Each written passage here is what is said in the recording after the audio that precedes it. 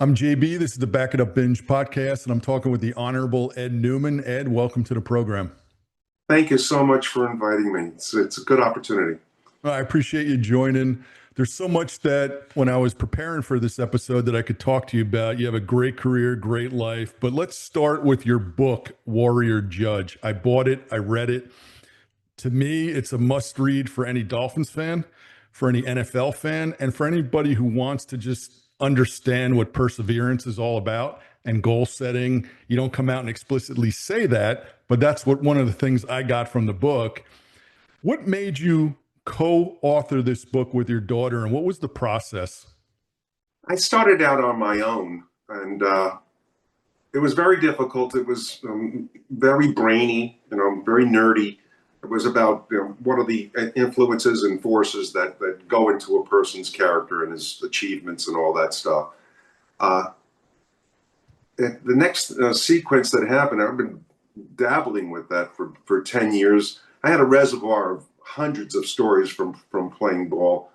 And then a tragedy occurred about 14 years ago or so, maybe not that long, 10 years ago. My father passed away. He was 90, had a long and a strong life, very strong in my life. And at the funeral eulogy, and my daughter was in attendance, I talked about how I had very few regrets. I had left no stones unturned. It was a tremendous life together with him. Very sad. After the thing, my daughter Holly came up and she said, "Your story is way too important to let it die on the vine." And I agreed with her, and we made arrangements. The relationship. She was in between a job. She's a master's at a Columbia, and had a job with a hospital in New York City. But she was in between, and we started getting together. I was working as a county court judge in Miami-Dade County. At lunch period, she'd call every day, 2 or 3 times a week, and I went through those stories, hundreds of stories, and there was no form, and they were just sequential stories. They were dictated, and she transcribed them.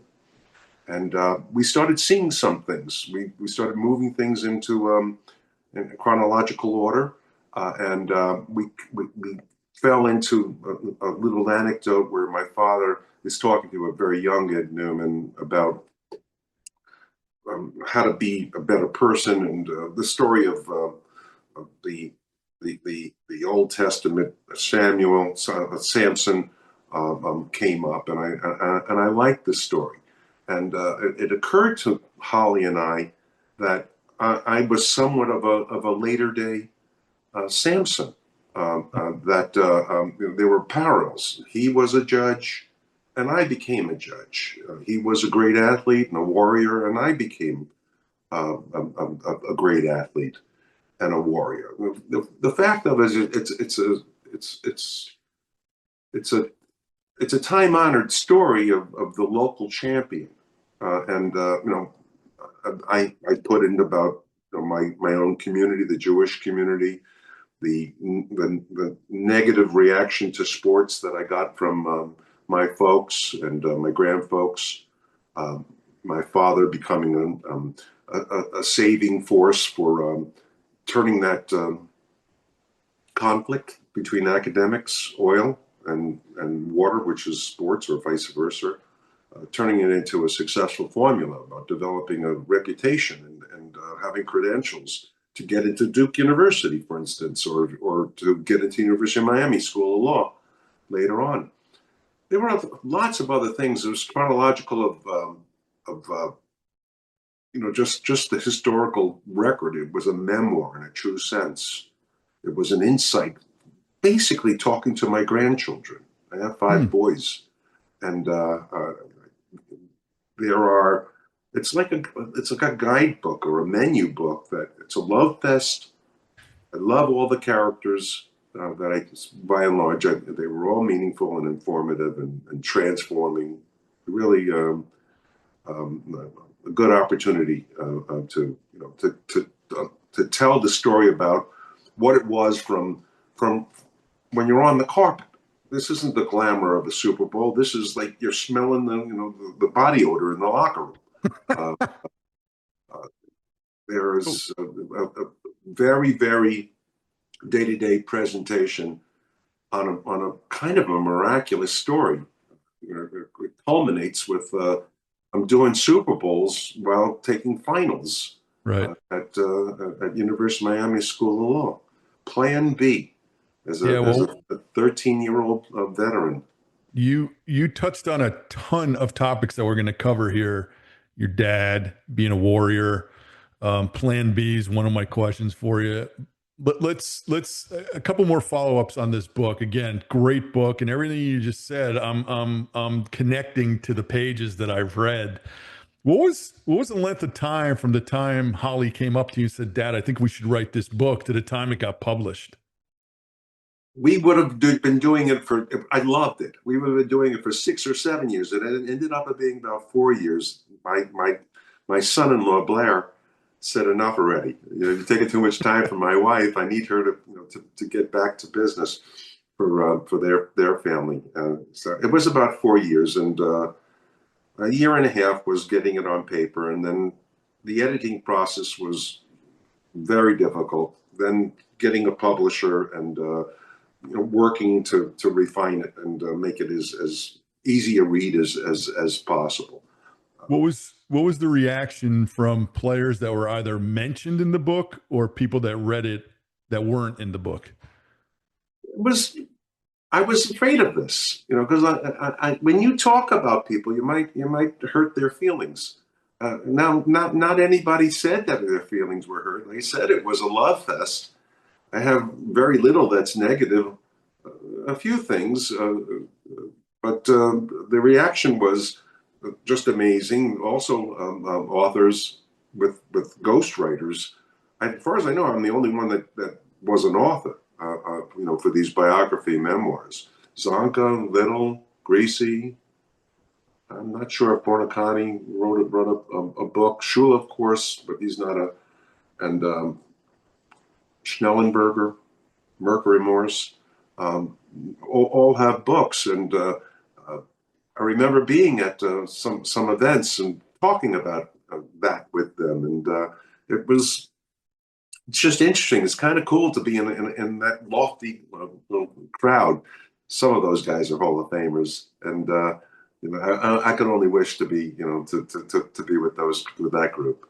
I got a sense of fairness, but yet honesty out of your book, where it's not that you're criticizing everybody. You painted the picture, and I'll ask you the question in a minute, but walking into that locker room, right? And, you're a rookie. And that's what happens to rookies, the way you describe it. I'm not going to tell people, let them get the book. We'll talk about it in a little while. Was there something that you learned about yourself as you were writing through this book, or in retrospect thinking about it, that you didn't realize before? Yeah, I there are times, and as a life goes by, you just think that your obstacles are insurmountable. And what I learned is that you have fathomless. There's no limit. Limits are my enemy. Adversity is my enemy. You have to overcome that, and you have to surge ahead of that. I heard that what I learned is that there really are no limits with human beings. Maybe there's a diminishing return, and the effort to get to the next level is pretty huge. But so you're making microscopic. So I examined that. I started off as an individual having some insecurities, and I overcompensated for them, and I wanted to feel comfortable in my community, my family, with my friends. Football and wrestling and other sports, they were my vehicle. And I learned that what kind of person I was, and that I could have an upright, more of a righteous life, and achieve long-term, high horizons, shoot very far, and try to max out your. And I learned that you can do these things. That they're you really are resilient, and everybody's resilient. You have to learn how to follow your bliss. Sports was my bliss. I had an innate brain. I had a brain power, and my folks saw that. My school saw that. I didn't really see that. So there was. I learned that sports and academics really are boiled down to it's the same hard effort and work, and success follows. Before I get into the next question, I'm going to tell you what I gathered from this book, just for free feedback for you, right? So I knew you as Ed Newman, number 64, offensive lineman, right? I go Right. into the book, I come out of it, and you've touched on a couple of things how I would describe you, and tell me if I'm missing anything or anything should be corrected. I found you to have pent up patience, and we'll go into that in a second. You were focused, determined, goal oriented, very forward looking view of things, always asked yourself questions.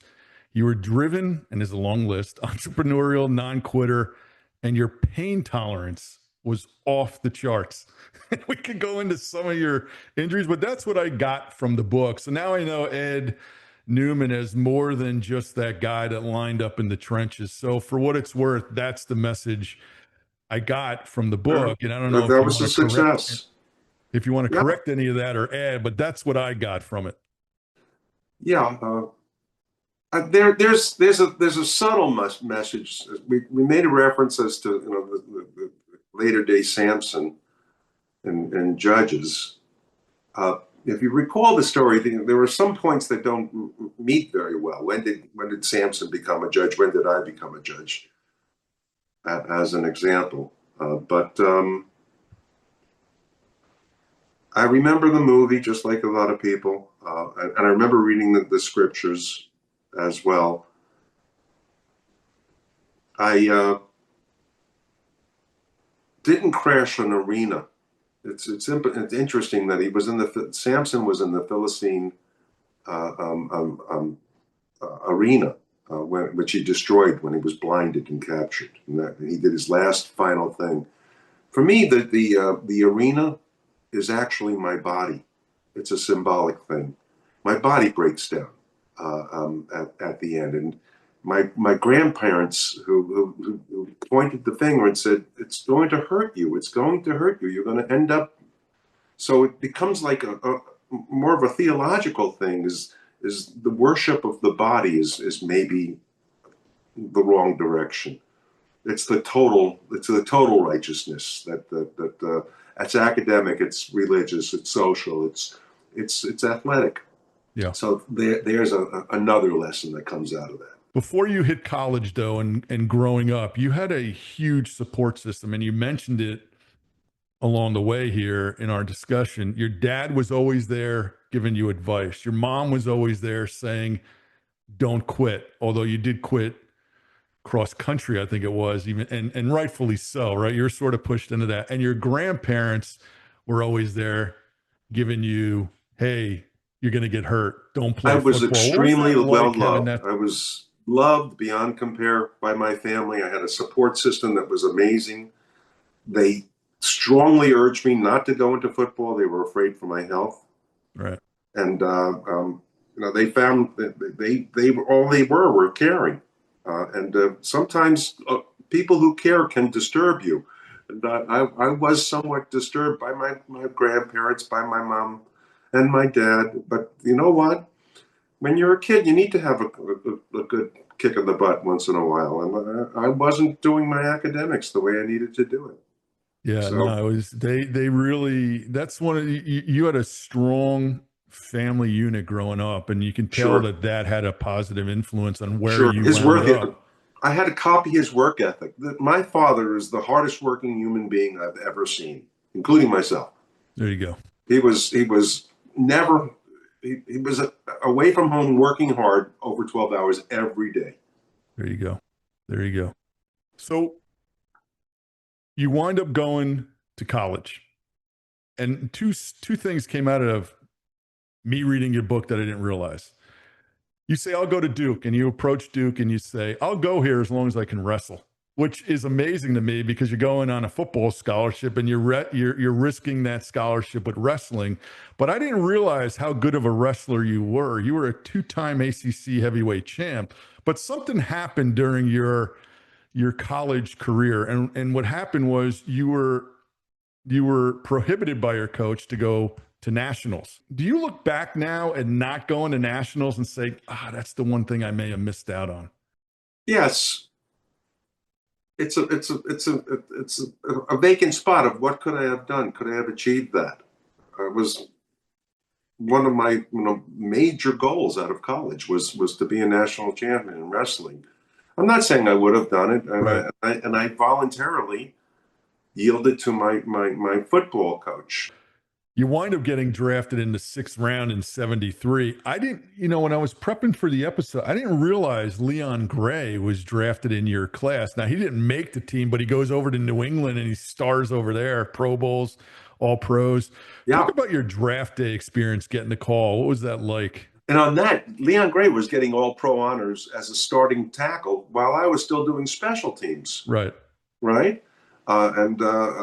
People were, wow, maybe we made a mistake. And I'm glad that I proved that. And my durability was enough I had my four all pro years. So there's a good argument that it was, I was there.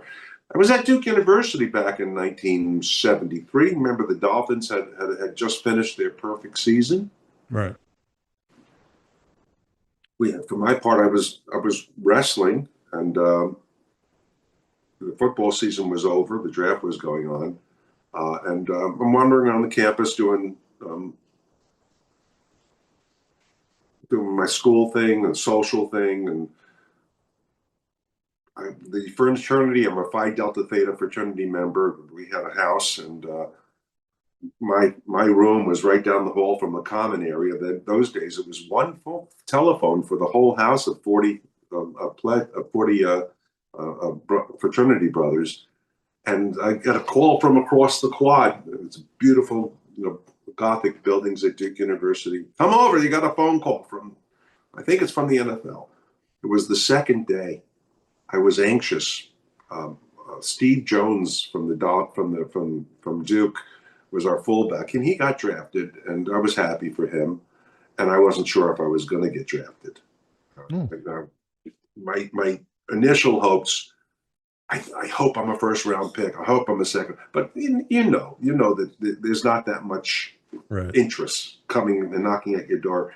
I had a lot of people that checked out my strength and my coachability with IQ tests, and they had me sprint.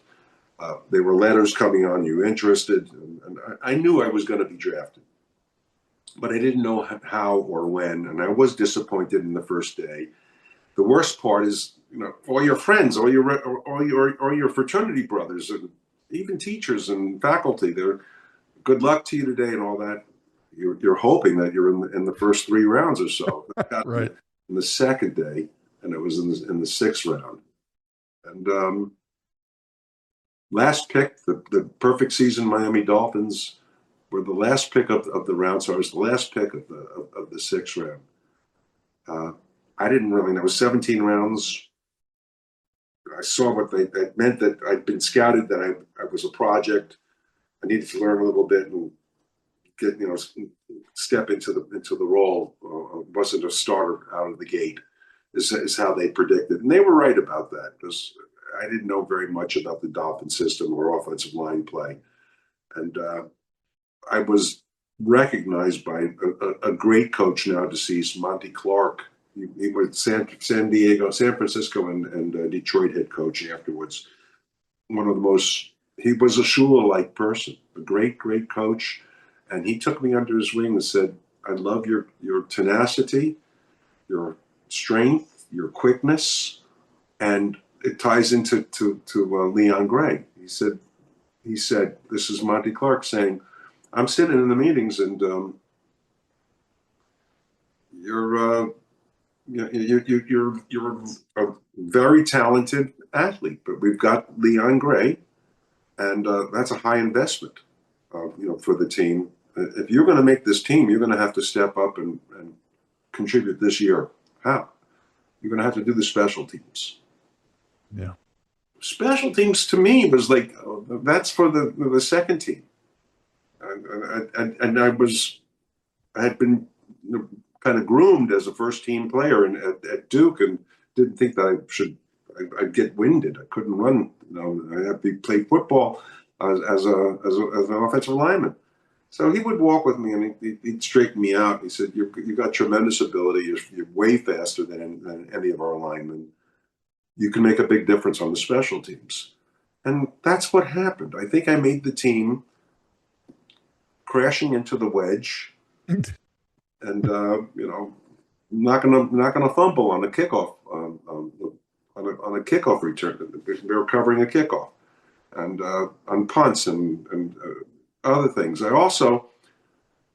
was riling up in those first weeks. The veterans, they're trying to get their timing and all that stuff, and I'm trying to get the attention of the coaches. Right. So I'm in game day every play in practice. Right. And they're going, "God damn," they're getting angry. It's not supposed to be a full game time practice. You want to get the attention of your coaches, and that's what happened. I got their attention. You had a career, again, when I went back and looked at the stats, that your career is unlike any other player I've ever seen, and I'll tell you why. And this is part of the pent-up patience that I talk about, right? Yeah. You get drafted to a team that's come off of 2 Super Bowls, one of which was 17-0. With Shula, they're obviously looking for a 3rd, 4th, and 5th Super Bowl down the road, right? And right. You got Kuchenberg and you got Little sitting in front of you at your position. Your first 6 years of your career, 79 games, you only start 25. But when you look at your 12-year career, and you can literally draw a line, the last 4 is Pro Bowls and All-Pro. Do you ever look back and say, it was great playing on Miami. I got a ring in Super Bowl 8. But if I ever got drafted by, pick a team, the Jets, I could have played 10, 11 years, built up All-Pros, built up Pro Bowls, and maybe made it to the Hall. Because when you look at those stats, you draw a line and you have all these Pro Bowls and All-Pros the last 4 seasons. And I always wondered, how did you feel about that? You had to have patience. You knew who was ahead of you, but you lasted that long in those roles. Life gives you some curveballs. I happened to land on a team which had Hall of Fame Larry Little and Hall of Fame mention maybe in the future Kuchenberg. They're both great friends and mentors for me, and examples of. I had numerous meetings going to Shula with that exact conversation. I said, "I'm able to start now," and I can't, because he would say the Dolphins need a backup that is able to start. That's why you're here. I said, "Well, I'd like to negotiate a starter's contract. If you're paying me as a backup who's like a starter, I should be paid like a starter." So, "Oh no, that you have to talk to Pat Pepler, one of our director of player personnel," and they'd say, "You're a backup player." So you're doing the circle thing. It was very frustrating.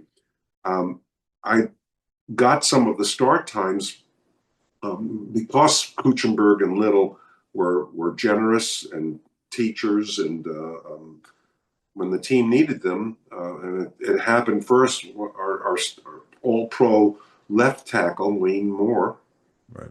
So he's sometimes called Solomon Moore, great guy. I loved him. He had a separated knee. It was inflaming. Couldn't play anymore during the year.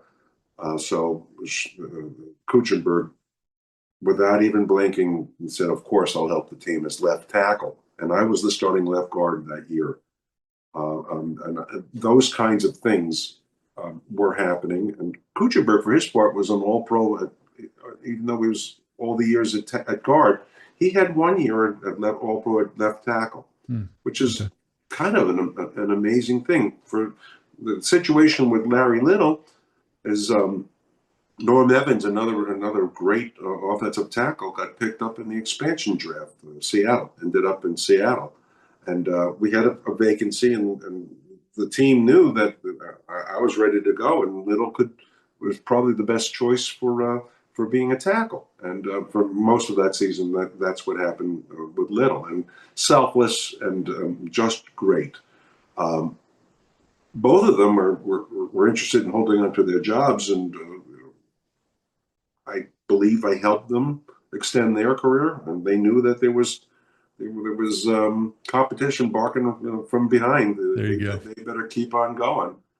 And for my part, their example, watching the film, the frustration, everything is building. I'm getting, well, I need to get stronger then. I need to get faster then. I need to get smarter then. I need to get more in tight with the coach. Culminates with around year 5 or 6. My meetings with Shula at the end of the year are, I need to get to another team. I need to have my all-pro opportunities. I need to have I knew I was playing at that level, but I wasn't showing it. So in life, sometimes there's opportunity. Sometimes ability meets opportunity. Sometimes you got to wait. Sometimes injuries cut your career short, or different things can put a monkey wrench in your plans. I was admittedly very, very lucky, but I worked my tail off to meet the opportunities. Right there at around that 6th, 7th, 8th year, I had very serious look in the mirror, evaluate, where are you going in life? Is this going to be like a trap for me? Is this like a dead end thing for me? Where am I going with this? And I knew that you had to get over the top. You had to be an all-pro to capitalize the voyage into a successful epilogue in the NFL. And I was able to do that. Yeah, it's really interesting to look at your stats and just see that line the last 4 seasons. 2 seasons before that, though, when you were 28 and 79, that's when you became a starter. You had 2 seasons of 16 games played and started, and then your 4 Pro Bowls to close out your career. The important thing was my father says to me, if you're going to do it, you have to be the best. So here it is. I'm at the end of my career, and I did it, and I was the best. Some of the people are saying the number 1 offensive guard in the league in 1984. Yeah, all pro. That's your all pro year is 84. You had 4 Pro Bowls along the way, but that's right. So you talk in your book about running the wrong way on a play, P10 in practice. You talk about Vernon Herner ramming you and knocking the air out. Do you have, other than those 2, maybe another NFL welcome to the NFL moment? Yeah, I'll tell you one from the book, if it's okay. The Manny story. Yeah, no, absolutely. This is in the book, and it's quite interesting. And you're not aware of it when you're a player as a rookie. The Dolphins were looking at me. They were considering keeping me in the final weeks, but I was explosive. I was like burbling, like boiling water. I was explosive, and they didn't know if I would be able to manage under pressure in an NFL game. They wanted to be sure. They thought I could do it, but they wanted to be sure. That's better said. So they approached Manny Fernandez. Manny Fernandez was a great defensive tackle. He was really deserves so much more credit, and he's a good friend of mine now. But then he was the guy across the line, and what a son of a bitch! He was a tough guy to get along with across the way, and the coaches were on my case. Consistent. Newman, he's good, but he jumps offside, or he's going to be distracted and get in a fight, or he's going to do something that's going to hurt the team. Manny tried to test me every opportunity he could. He'd try to do the fake jump off sides to get me, to discipline me, and make me, it culminated. It got worse. We had several fights, and we came down to a situation, and it was like the last week before the cuts were final, and I hadn't been making many mistakes, and he's testing me. He's under coach's orders, test him. And he starts hocking, huge spit on my hands. I'm in a stance. I'm down. Griese says, "Set. You're set, and you can't move." And he's doing a 3 count set, and there's Manny. He's yammering at me, and he's spitting on my hand, and I'm saying, "I'm going to kill you. I'm going to kill you." As soon as so this was a pass play, and instead of jumping back and form a pocket, and I shot out at him, and he knew it was a pass play, and he didn't expect me to shoot out at him, and I hit him in the Adam's apple, and I just got him in a bear hug, and I started picking him up, and I got him off his feet, and I was trying to throw him over in my mind. You're not always rational or accurate in what you're seeing. In my mind, I thought I could throw him across over the fence about 20 yards away. And he surreptitiously was able to swing his hand around and behind his back, and he caught me. You can guess where he caught me. It's a place that by the jewels. He caught me by the jewels, and that I wasn't stopping. And he says, "You better stop, or you'll be seeing it a little higher." We stopped, and we became best friends right after that. And it came out that he was well, how shall I phrase that? He was put up to it by the team to start with me. Later on, he called me to again in the book. We talk about that in a there's a hotel in Biscayne College where we were, and he said, "Yeah, this is what was going on." Interesting. Yeah, you weren't the guy that you want to mess with, whether you're a rookie or a vet, because in the book it comes out how dedicated you were to weightlifting. You were part of the 400 club. I think you hit 500 as well, right? So you literally may have thought that, but I think with the right positioning, you probably could have thrown Manny across the field with your strength. But a shot put him. Yeah, exactly. There you go. So one of the things Shula is known for, and I'm sure you get asked about it all the time. I've asked plenty of Dolphins about it. In fact, I asked Mark Dennard about it, the 12-minute run, and he said that Ed Newman, he laughed about you, saying that you had the steps counted out for the 12-minute run to know exactly where you were, how long it's going to take. Talk about that 12-minute run. Did you make it every year? How hard was it? Well, let me say I'm not a fan of it. I don't think anybody was. And let me say it was a psychological scar from the cross-country running in high school. Yes. Okay. In my mind, I know that I am not a long-distance runner, and I didn't want to take Spanish, and I don't want to do long-distance running. There were just things that I didn't see that would help me at all, and I still feel that way. I thought Shula, the only redeeming thing about the 12-minute run is it was 90 degrees in Miami, and people would die if they didn't condition for the 12-minute run. The 12-minute run was an early barometer that you could survive Florida. As I talk to you now in the audience right now, I weigh 215 right now, 215 pounds. But in those days, I was 270, all muscle, all lean. Yeah. And that frame, and my frame, my heart, had a hard time managing 12 minutes of a constant time. There was a brand new techie device that you can put an earplug in your ear, and it would beep, beep, beep, beep, beep, beep, beep. The beep was a footstep that I could choreograph with, and it measured the 12-minute run had to be 1.33 miles. It was 5 laps around 2 football fields with cones, and the coaches were watching all of that. And I used the beep, beep, beep method, and I practiced with it, and the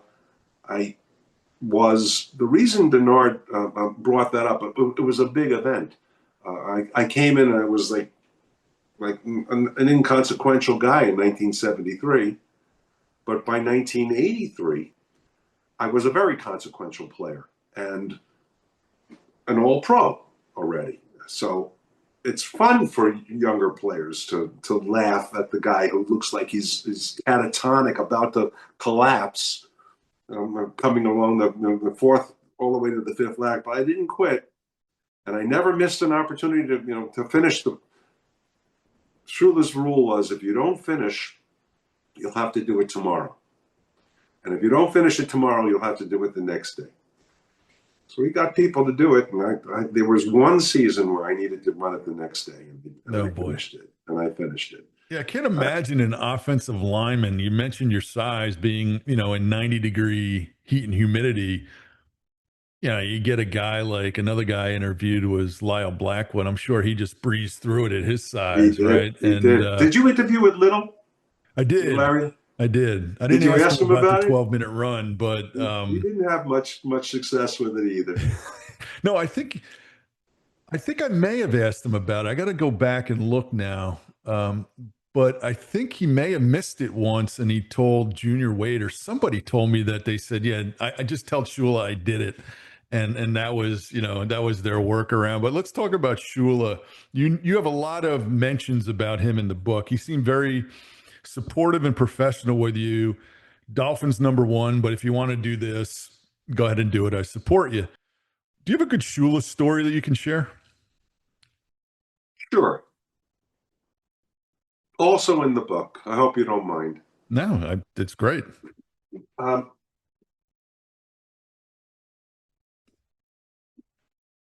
Dolphins had a running relationship with our local newspapers, and we had a season that was a little bit shaky. We're coming into the Thanksgiving game against the Saints. I think it was the Saints, and we had a weak team. We were not going to go to the Super Bowl that year, but we had a lot of pride. There was a lot of players from the perfect season, and we were winning. It wasn't a disgraceful team. The headline coming into that week was that for that Thanksgiving, the Dolphins were going to be the turkey dinner. Yeah, that was the Cardinal game, right, in '77. So that's right. That's right. And it was the Cardinal. And we were super psyched about that game and animated. We were really, really very, very animated about the game. And we kicked their butts pretty soundly. A fairly substantial upset. At the end of the game, the Cardinals were so upset. I'm trying to remember the offensive lineman. There was one guy that started it, and then Dobler piled on. Dobler, right? It was Bob Matheson, Vern Denherter. There was a bit of a tangle on the defense, and both sides were animated. Punches started flying, and before you knew it, both sidelines emptied onto the field, myself included. Let's start. So both sidelines empty. And they're on the field, and there's punching and kicking, and it's a whole thing on film, and it took about 15 minutes to clear up everything. Flags were thrown, a couple people were ejected out of the game, and we're not sure what's going to happen. Our Shula, here he is, the bobblehead Shula. Shula, he's awesome. He's doing just like that. Awesome. He's saying, I got a letter from Commissioner Rozelle, and really, really upset about the behavior. You guys are, you're putting on a professional product, but here you are emptying in total disregard for the rules and the commissioner, and we have the fines that are done. He goes down the list, and you're 6,000, and you're 5,000, and you're 9,000, and you're 600, and everybody got their things, and we're feeling a little uncomfortable, but kind of proud of ourselves. Actually, we won the game, and we maintain our pride. And by the way, Ed Plaisted, the reporter, he was thrown in the shower at the end of the game. It was Kuchenberg that did that, right? Kuchenberg threw him in the shower. That's right. So it was just Shula standing there, and he says, "I'm just telling you that I'm really angry with you, and I don't want to see anything like this happening again." And he goes to a big smile. 2 thumbs up. Good job, boys. He wouldn't say the words, but he did show us what he was made of. he was a very good friend when he could be, but his priority was football. Yeah, when you look back at that game, he was not happy on that field either. He was yelling on that field as well, along with the players. The one that always laughed, and I talked to him about it, was Larry Little, because the Cardinals' offense was on the field and the Dolphins' defense was on the field. And when they panned to the scrum moving down the field, there's Larry on the field all the way down. I'm gonna have to go back and look for 64 to see you on there. That was a great. I mean, I watched that on Thanksgiving. That was what, 55-14, Griese throwing all those TDs. That was a great Yeah, game. Speaking of Griese, you were a lineman that transitioned through some incredible quarterbacks the Dolphins had. You had Griese, then you had Woodley and Strock. In fact, Strock was part of your draft class to right. Marino. What was that transition like? Because when you look, they're bookended by two Hall of Famers, Griese and Marino, two distinctly different types of offenses. And I don't think Griese gets enough credit because when I know it's only what, 27,000 yards he threw. But when Right. you look at his arm, his accuracy back then, he should be talked about more, but he doesn't because it was run first. But what was that transition like for you? He was a Hall of Famer and a scrambling quarterback early on. But Shula, in his wisdom, saw that he needed to get him more of a ball control. He had the magic of uh, an elite offensive line with Monty Clark, a great coach. So they decided to feature. They had a threat with Paul Warfield. A run attack was what we featured. We were run first. Yeah. That was Griese. Hand off the ball, plow it inside 4 or 5 yards at a clip. Our favorite thing was to just grind out the last 7 minutes of the fourth quarter and win by 6 points. It was very much a pride thing. It's very physical, working in the trenches Right. for offensive for a run play stuff and trap plays. In that era, there still was still room for a pulling guard or a sweeping guard. We a trapping guard. We had a lot of that feature because we were fast. Coach Little and Newman were fast and able to trap, and we did that. We go through the transition, and David Woodley was definitely a scrambling quarterback, and you had to be on your toes. That when he broke out, maybe you can catch a block that was more of a passing quarterback than Griese was, and he had only a couple of years, and we had a big game against Kansas City, I think it was, and Strock made a starting run. He was a similar story to mine. He was a fifth-round draft pick, I think, and Yeah. Fifth round. and in my year, and he started having his starts later on in his career. He mostly he was the play caller for Right. Griese called his own plays, and Shula delegated Marino to be the play caller. Woodley was extremely talented. His scramble was his magic. Strock is a good friend, and he did some great coaching afterwards in college, and he did a good job. And finally, we got 1983. We got Dan Marino, and his rep was much better than drafted. He had some shaky business that was coming out of college. None of this really meant anything.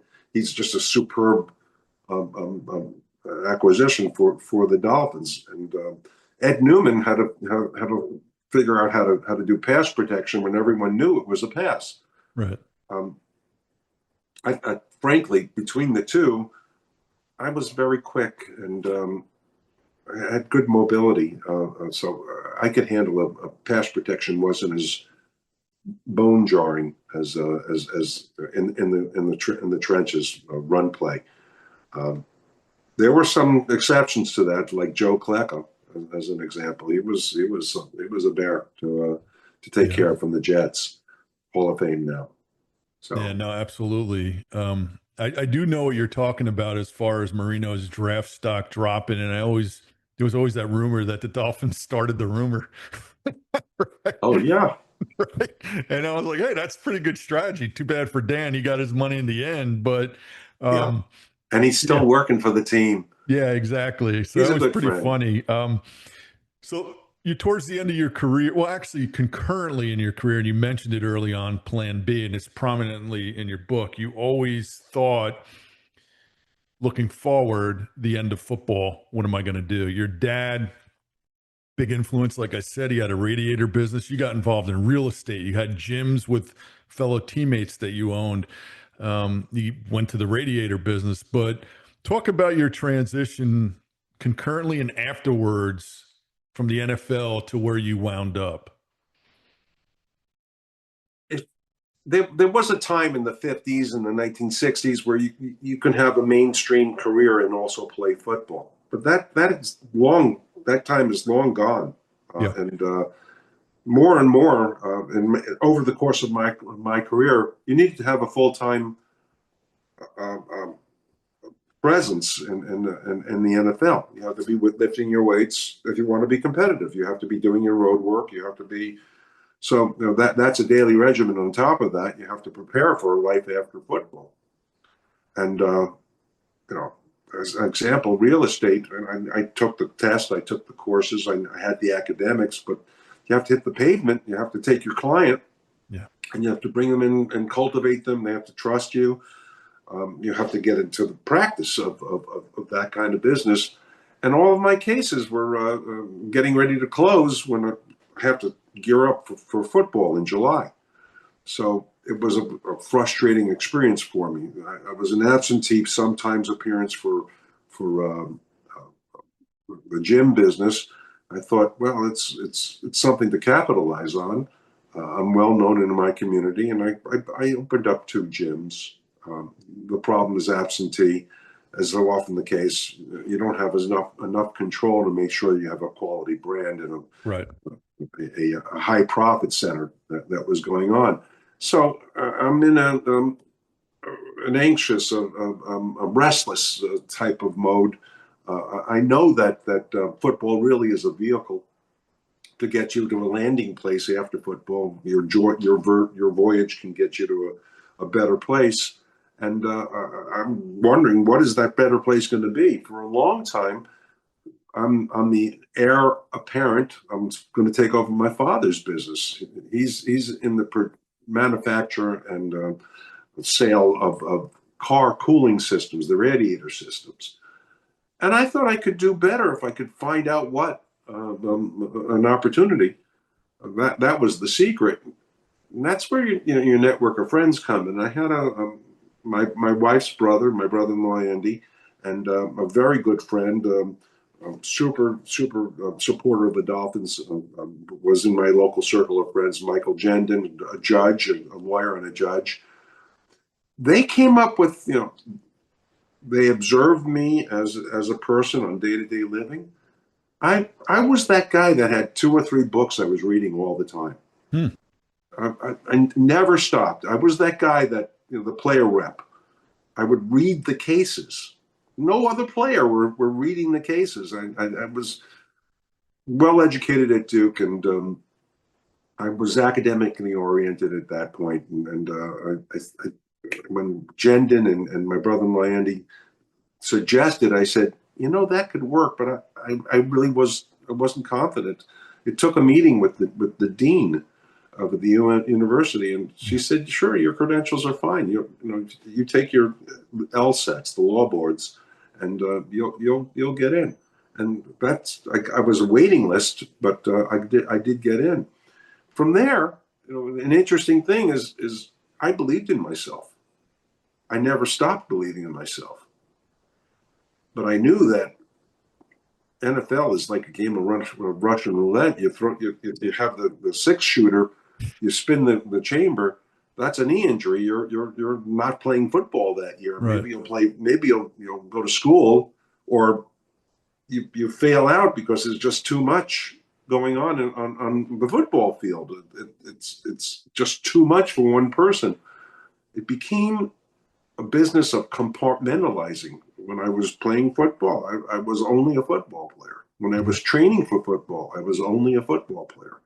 When I was in school, I was only in school.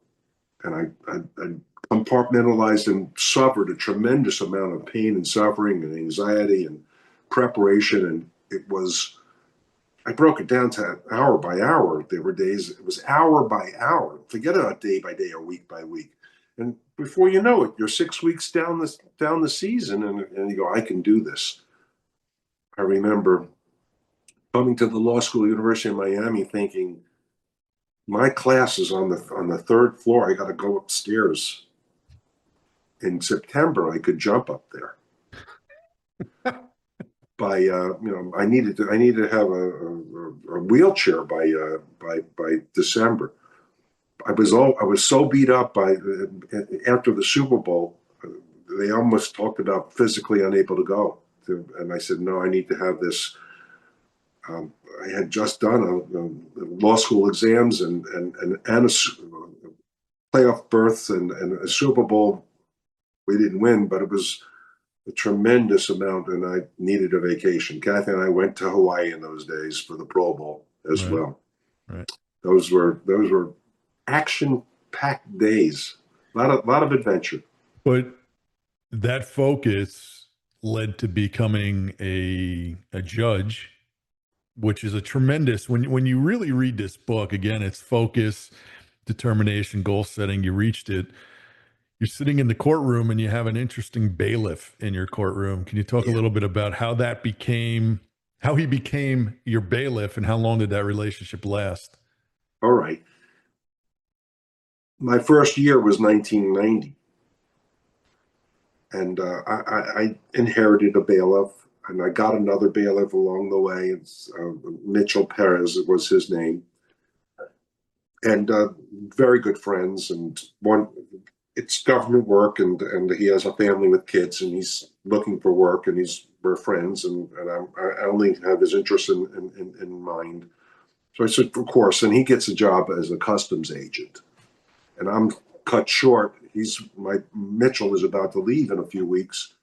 I see a newspaper article, and one of my teammate Tony Nathan, running back number 22, very, is an all-pro as well. He's an assistant coach after his football career. He did it in high school, he did it in college, and he elevates into the pros. He got about 11 or 15 years in the pros, and I'm now as a lawyer and a judge, and I'm learning about a new bailiff position, and I'm learning that Tony Nathan is in between jobs. He's looking to get a head coaching, an assistant coaching job. I'm having a campaign event, and he and all my teammates, they couldn't have been more generous. What a great thing for a county judge to have 15 or 20 teammates come sign autographs for political, opportunity to be seen and heard. Tony was there, and there's a local restaurant afterwards. We're decompressing, and I mentioned it to him. I said, I'm going to have a vacancy in 3 weeks. I couldn't think of a better candidate. You're honest, you're intelligent, you're a very nice person. He says, I don't know anything about being a bailiff. I've never heard of anybody who has. He thought I was kidding. So we let it go. And nothing happened for a week. And I guess I'm going to have to go through an interview process, maybe work without a bailiff for a while. My wife Kathy, urges, give his wife a call. So his wife is Johnny. Johnny is her name. And I said, let him follow his dreams. If he wants to be a coach, keep on doing that. There'll be plenty of opportunity. We'll give him the uniform as a bailiff. He could try it out. He'll get trained. If he doesn't like it, I'm okay with that. If he likes it, I'm okay with that. Right. I very much think it's a good opportunity for him. And he agreed. She agreed. And he came in, And I stayed with him for about 16 or 17 years. He's still working as a bailiff. My successor in that, it's a division that I had, is Marcus. Marcus Bach was the attorney before he became a judge. He was attorney for the Miami Dolphins. Oh, okay. And Wow. he inherited Tony Nathan as my bailiff. Transition seamless. He became the successor judge and took on Tony and my secretary as well, Diane. So you So played with Tony. I think he was drafted in '79. So 6 years you played with him as an offensive lineman. And then right. did you say 16 years he was your bailiff? I don't have exact numbers, but yeah, I But think it's double digits though. it's double digits. It's Yeah, amazing, isn't it? Where the yeah, roads led to you both. That's a great yeah, story. yeah. I mean, we were known as the Dolphin Division.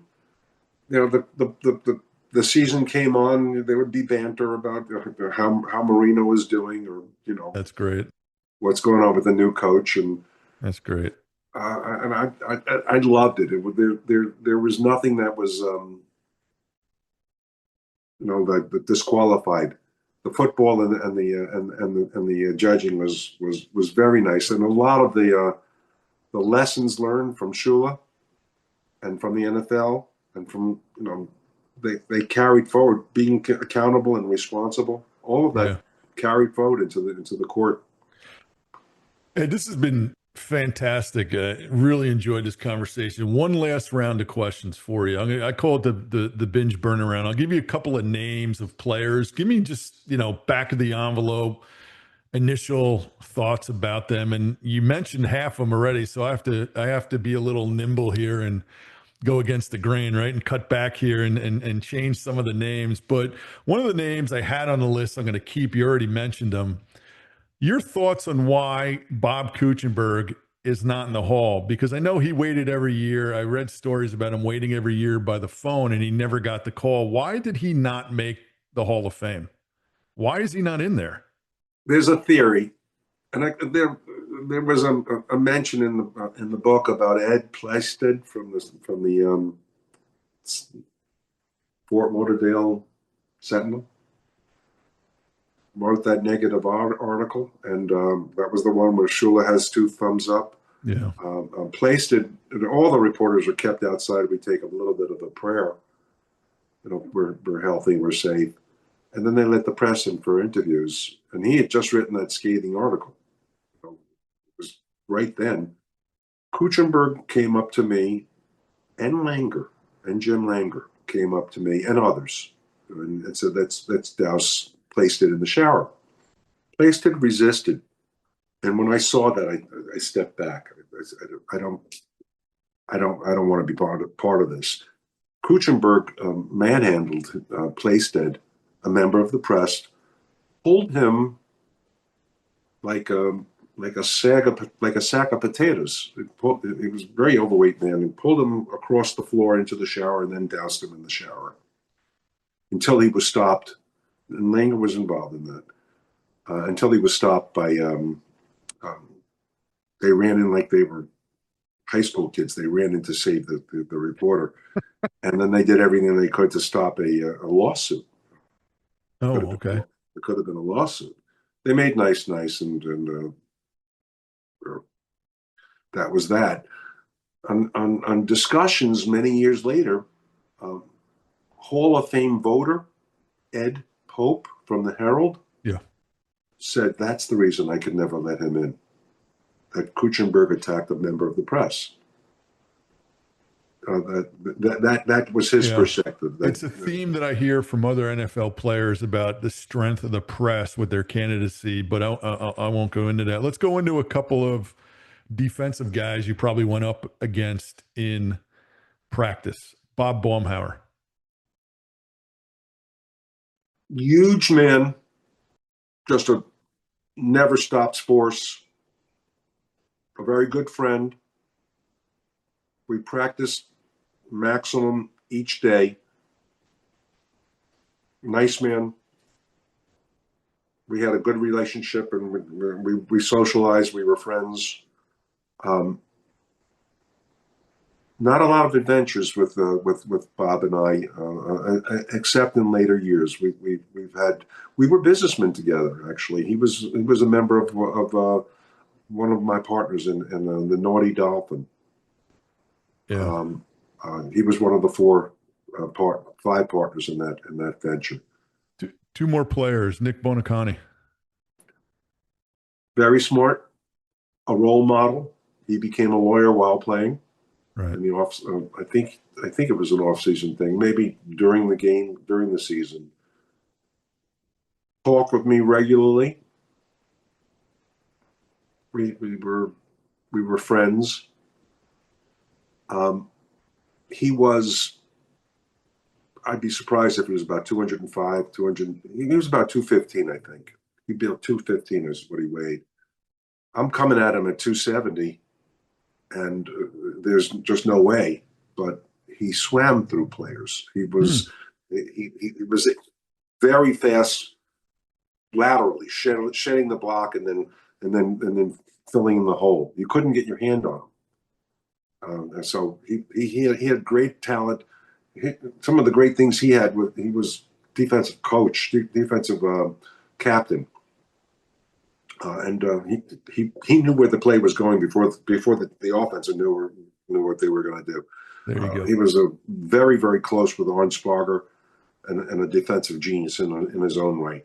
All right, so let's end it with one more linebacker, A.J. Due. Oh, wow. AJ is New Orleans and very exciting and energetic, and his mouth is going a mile a minute, and he was exciting, and he was interesting, and he used to bring in the New Orleans food in our locker room. He was also one of the four NFL players that I partnered with. Selfless as well. Ed, I could have went on for another hour with you. This has just been enjoyable. I really appreciate you coming on. Warrior Judge, there's the book behind you. Make sure you go out and buy it. It's a quick read. It's very enjoyable. There you go. There's a lot of good stories in there. And it's I have to tell you, Ed, quick read. It's fluid. Great book. Every Dolphin fan should read that. Every NFL fan should read that. And then everybody else should read it as well. So thank you for joining the binge. I really appreciate it. Great meeting you. JB, this is a great thing. Thank you and good luck. Absolutely. Thank you, everybody. Bye-bye.